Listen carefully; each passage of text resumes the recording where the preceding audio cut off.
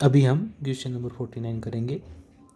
इस क्वेश्चन में एक सिंपली सपोर्टेड बीम दी हुई है हमें, जिसके मिडल 1/3 पोर्शन पे दो अपोजिट कंसंट्रेटेड मोमेंट्स एक्ट कर रहे हैं। इस बीम की रिजिडिटी फ्लेक्सिबिलिटी कांस्टेंट दी गई है हमें और एक्सटर्नल मोमेंट की वैल्यू m दी गई है जो 1/3 स्पेन पे, और फिर इससे रिलेटेड कुछ ट्रू एंड फॉल्स स्टेटमेंट हमें दी गई है। सबसे पहले हमें ये पूछा गया है सपोर्ट रिएक्शंस आर जीरो और नॉट।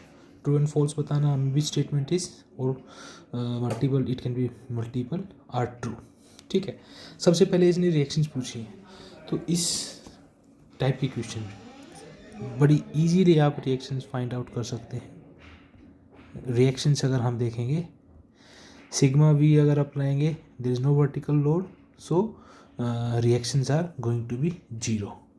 कोई भी वर्टिकल फोर्स ऊपर से एक्ट नहीं कर रहा है। ठीक है, तो इसका मतलब क्या है, लेट्स से ये आर ए है हमारी, ये आर बी है। पहली इक्वेशन हमारी बनेगी R A plus R B is equal to zero.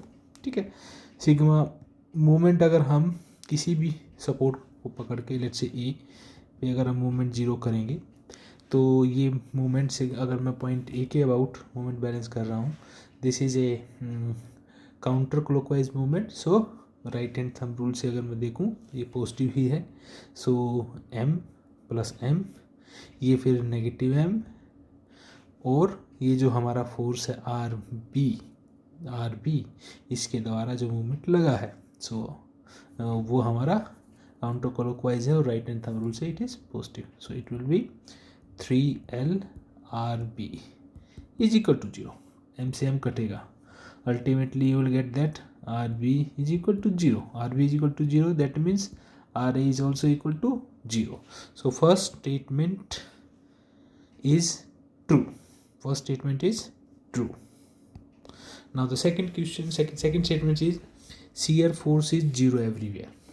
अब shear force अगर आपकी रिएक्शंस जीरो हैं और थ्रू आउट बीम के अंदर कोई भी वर्टिकल फोर्स एक्ट नहीं कर रहा है, that means shear force is also going to be zero.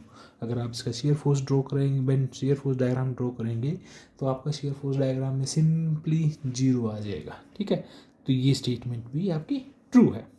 अब थर्ड स्टेटमेंट है bending moment is zero everywhere. उसका हम गारंटी के साथ कह सकते हैं कि बेंडिंग मोमेंट हर एक जगह पे जीरो नहीं है। रीजन बीइंग, बेशक हमारे रिएक्शंस जीरो हैं, लेकिन जब मैं यहाँ से मूव करता हूँ लेफ्ट हैंड साइड की तरफ, इस पोर्शन में मेरा बेंडिंग मोमेंट जीरो है, बट सडनली यहाँ पे मेरा कुछ बेंडिंग मोमेंट आएगा और वो नेगेटिव डायरेक्शन में आएगा। रीजन बीइंग, अगर इस बीम की डिफ्लेक्टेड शेप अगर हम देखें तो इस पोर्शन में हमें होगिंग आएगा। होगिंग आएगा तो मतलब इस पर्टिकुलर पोर्शन में हमारा मोमेंट नेगेटिव सेंस का है। तो अगर मैं इसका BMD ड्रॉ करूँगा तो मेरा BMD कुछ ऐसा होने वाला है।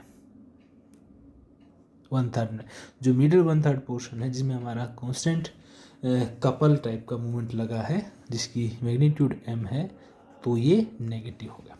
तो ये स्टेटमेंट हमारी फॉल्स है, ये स्टेटमेंट हमारी फॉल्स है। Deflection is zero everywhere, that is also not possible. अगर बेंडिंग है, आपके सेंट्रल पोर्शन में होगिंग है, तो डिफ्लेक्शन भी है। तो इसका मतलब हमारी केवल ये दो स्टेटमेंट ही इस क्वेश्चन में ट्रू हैं, बाकी दोनों स्टेटमेंट फॉल्स है। ओके,